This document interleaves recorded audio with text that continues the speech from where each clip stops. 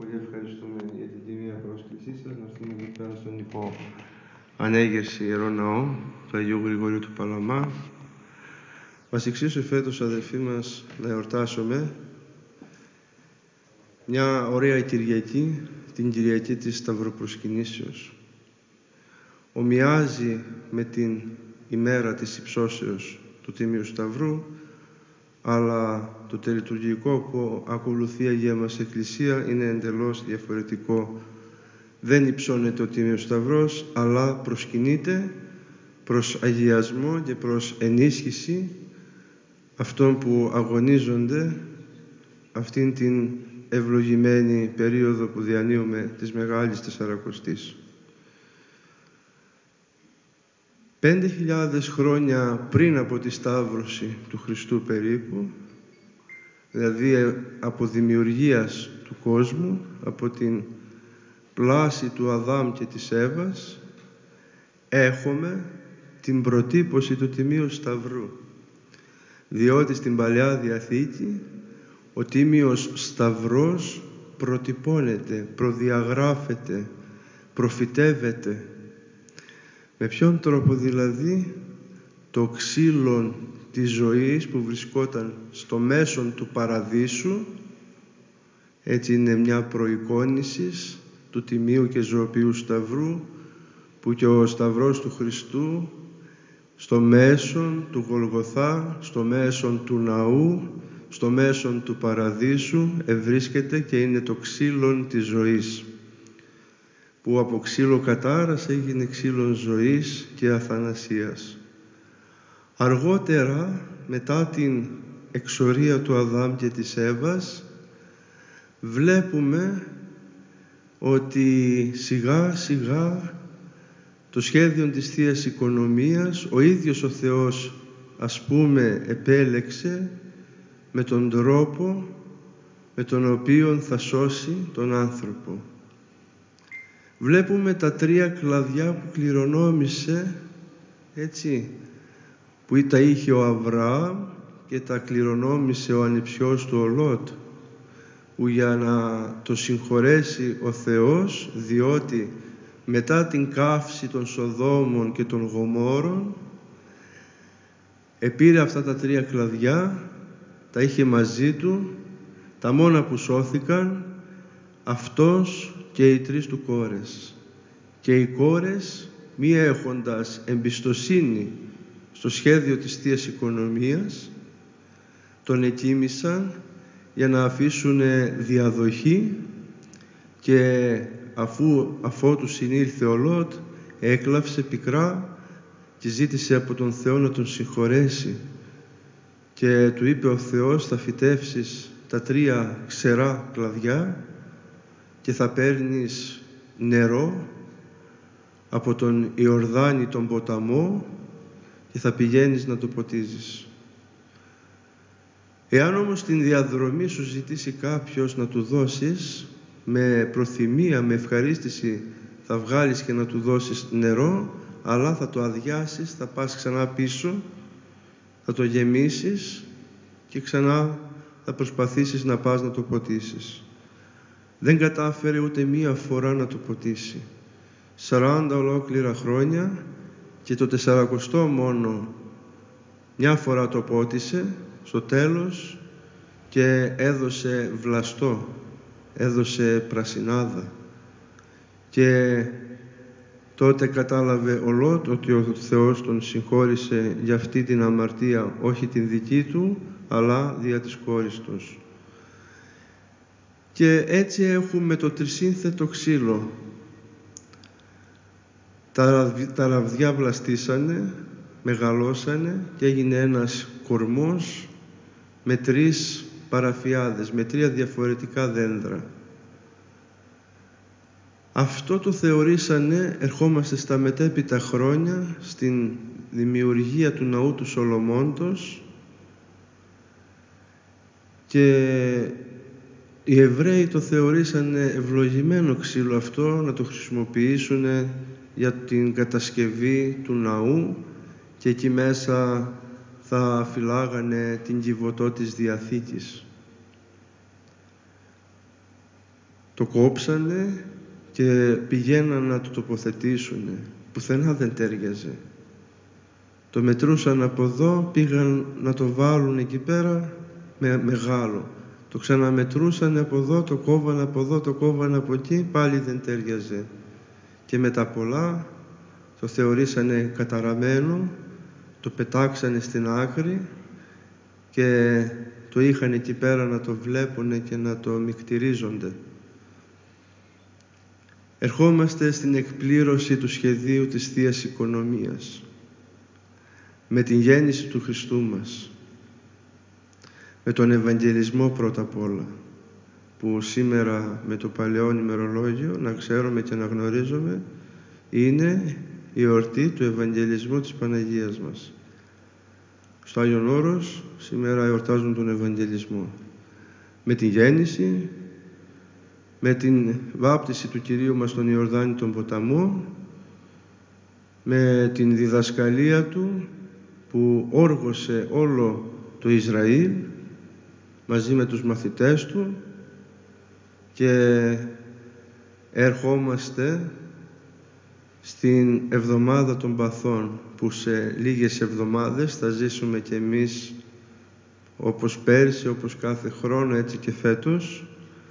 Θα δούμε την παράδοση των φρικτών μυστηρίων, την προδοσία, το άνομο δικαστήριο, το παράλογο δικαστήριο, την παράνομη απόφαση, τη σταύρωση, και ας σταθούμε σε αυτό το γεγονός.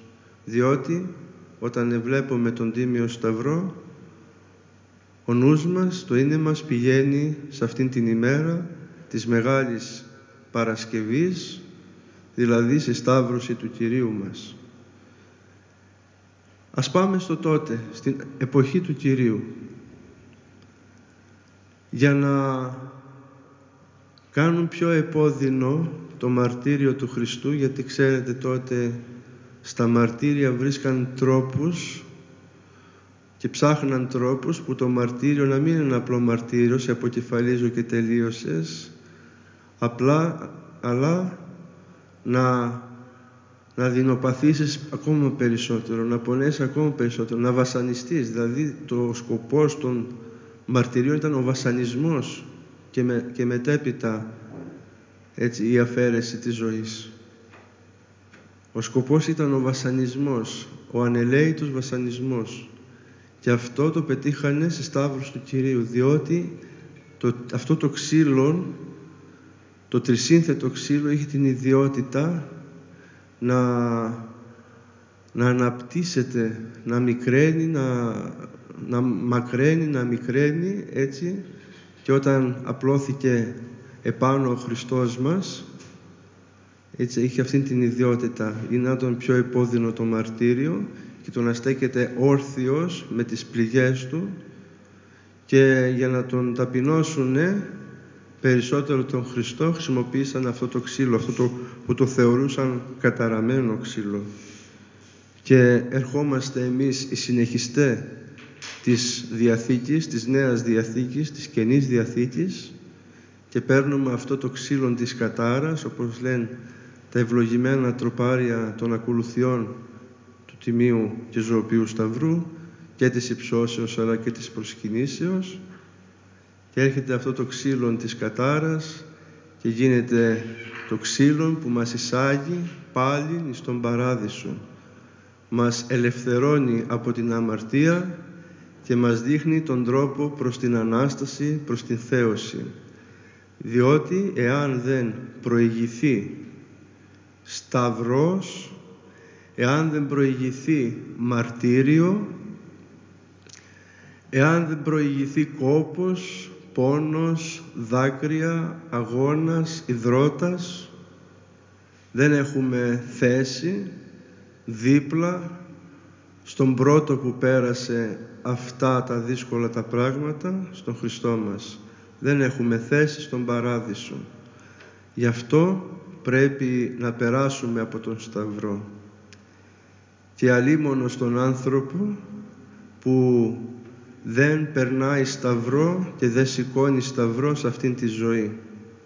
όπως λένε και οι σύγχρονοι Άγιοι μας, Άγιος Πορφύριος, Άγιος Παΐσιος, Άγιος Ιάκωβος, Όσιος Ιωσήφ ο Ησυχαστής, ο Παπά Εφραίμ ο Κατουνακιώτης και πολλοί άλλοι Άγιοι,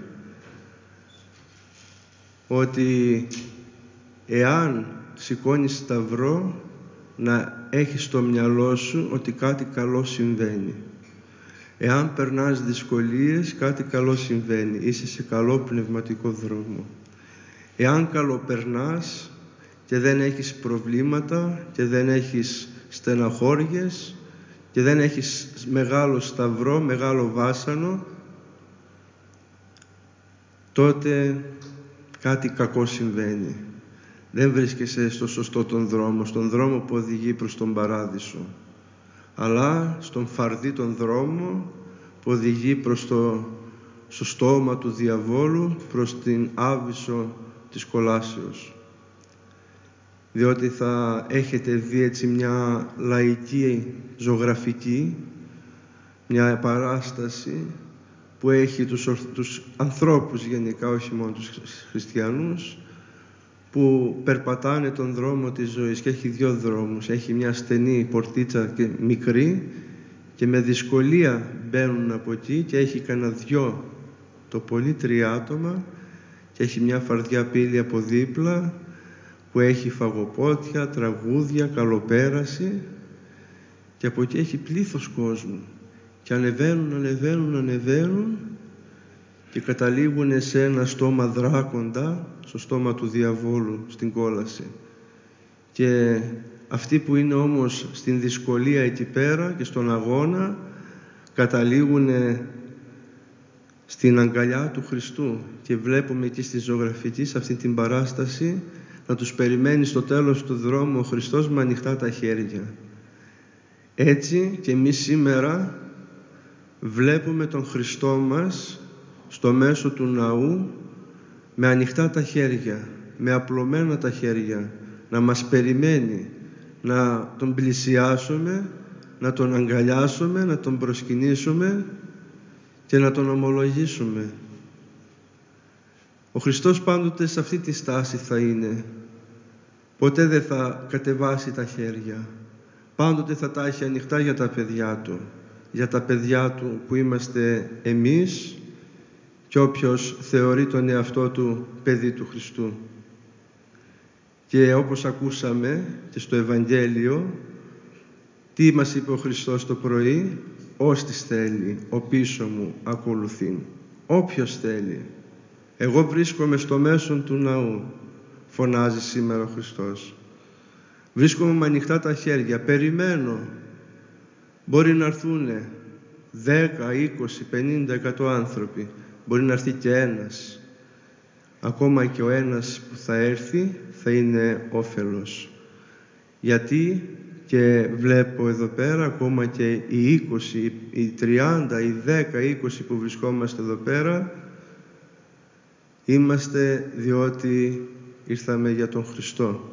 Ήρθαμε να προσκυνήσουμε το τίμιο ξύλον Του που βρίσκεται στο μέσον του ναού, στο μέσον του παραδείσου, διότι ο κάθε ναός είναι ένας παράδεισος, ασχέτου πλάτους, μήκους, ύψους, ασχέτου χωρητικότητος, ασχέτου κάλους και ομορφιάς.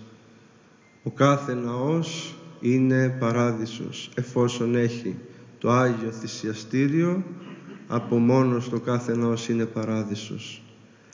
Έτσι και εμείς να μην προτιμούμε τα κοσμικά, να μην προτιμούμε τις απολαύσεις όταν χτυπάει η καμπάνα, να προσερχόμαστε στον παράδεισο. Όταν χτυπάει το ξύλον, το τάλαντο, να προσερχόμαστε στον παράδεισο όπως τα ζώα στην Κιβωτό του Νόε, που χτύπαγε το ξύλο και πηγαίνανε να μπουν στην Κιβωτό για να σωθούν. Και όποιος ήταν εκτός της Κιβωτού, τι έπαθε? Πνίγηκε. Για αυτές τις προφητείες περί του Νόε τις διαβάζουμε στις πρωινές ακολουθίες και την προηγούμενη εβδομάδα, και αυτή που θα μας έρθει είναι αυτό το ιστορικό γεγονός του κατακλυσμού. Και Οι μετέπειτα οι σύγχρονοι άνθρωποι, μεταγενέστεροι εμείς, εάν δεν μπούμε μέσα στην σωστική κυβωτό της Αγίας μας Εκκλησίας, της Μιάς και Ορθοδόξου, δεν υπάρχει σωτηρία. Δεν μπορούμε να σωθούμε μόνοι μας. Θα κάνω το σταυρό μου στο σπίτι μου, θα τα πω στην εικονίτσα μου μπροστά, θα τα εξομολογηθώ στην εικόνα, θα προσευχηθώ στο σπίτι, θα είμαι καλός χριστιανός και δεν χρειάζεται να πάω στην εκκλησία. Γιατί και στην εκκλησία που πηγαίνω, σάματις τι γίνεται? Γίνεται τίποτα? Εκεί υπάρχουν όλα τα πάθη, η κατάκριση, το κοτσομπολιό, 1002 άλλα. Έτσι. Λοιπόν, τότε να το πάρουμε λίγο αντίστροφα. Όταν αρρωστήσω, να μην πάω στο νοσοκομείο. Εάν χρειαστώ κάποια θεραπεία σοβαρή, να μην πάω στο νοσοκομείο. Να κάτσω, να διαβάσω τα ιατρικά τι λένε, τα βιβλία και να θεραπευτώ μόνος μου. Αν δεν θα θεραπευτείς, θα πεθάνεις. Γιατί πρέπει να προστρέξεις στο νοσοκομείο, να προστρέξεις στον γιατρό, να σου δώσει την κατάλληλη αγωγή. Και εδώ πέρα ερχόμαστε και λέμε ότι η Εκκλησία μας είναι ιατρείο πνευματικό. Ο γιατρός της, ο Χριστός μας. Στο μέσον του ναού υψώνεται σήμερα, προσκυνείται στο μέσον του ναού. Αυτός είναι ο μοναδικός γιατρός που τα θεραπεύει όλα και τα εξαφανίζει. Εάν δεν προστρέξουμε στον Χριστό και διαμέσου του Χριστού στον πνευματικό, έτσι, γιατί και ο Χριστός άφησε πίσω τους πνευματικούς, άφησε το μέγα μυστήριο της Ιεράς Εξομολογήσεως, που αυτή η θεραπεία επιτυχάνεται σε αυτό το μυστήριο. Και καλεί ο Χριστός σε όλες τις σαρακοστές, σε όλες τις νηστείες, αλλά και τον υπόλοιπο χρόνο, καλεί συνεχώς σε μετάνοια. Είναι αυτό το κήρυγμα του προδρόμου. Μετανοείτε, όχι μετανόησε, γιατί αυτό το ρήμα είναι σε μια συγκεκριμένη χρονική στιγμή, να κάνεις κάτι σε καλεί, να μετανοήσεις μια φορά και τέλος, και μετά κάνει ό,τι θες. Όχι, τι λέει ο προδρόμος? Μετανοείτε, διαρκής μετάνοια. Και εφόσον είμαστε σε αυτή την ευλογημένη περίοδο της Μεγάλης Τεσσαρακοστής, η μετάνοιά μας να γίνει πιο έντονη. Και όμως να μας μείνει αυτή η έντονη μετάνοια. Να μην μας φύγει η προθυμία. Μετά θα έρθει το Πάσχα, θα πούμε το Χριστός Ανέστη, θα έρθει η ιεραθυμία, θα έρθει η γέμιση της κοιλίας και θα έρθει η τεμπελιά και θα επιστρέψουμε πάλι στον κακό εαυτό. Αλλά αυτό το πνεύμα της Μεγάλης Τεσσαρακοστής, αυτό το θυσιαστικό το πνεύμα του Σταυρού, να μας μείνει, να μας γίνει συνήθεια, όπως μας έχουν γίνει πολλά πάθη συνήθεια, να απαλλαγούμε από τα πάθη και να μας γίνει συνήθεια η μετάνοια. Οπότε, αδελφοί μου, αγαπητέ Πατέρα Δημήτρη, ευχόμεθα ο σήμερον προσκυνούμενος Τίμιος Σταυρός, μαζί με τον ζωοδότη Χριστό, που άπλωσε τα σαχράντους χείλας επάνω του για τη δική μας σωτηρία, να μας ευλογεί όλους μαζί, να μας χαριτώνει, να μας στηρίζει και να μας αξιώσει στο τέλος να φτάσουμε στην Αγία Εβδομάδα των Παθών, στην Σταύρωση, στην Ταφή και στην τριήμερο και ένδοξο Ανάστασή Του. Χρόνια πολλά και ευλογημένα παρακυρίου, ο Σταυρωθής και Αναστάς Χριστός να ευλογεί όλους σας. Αμήν.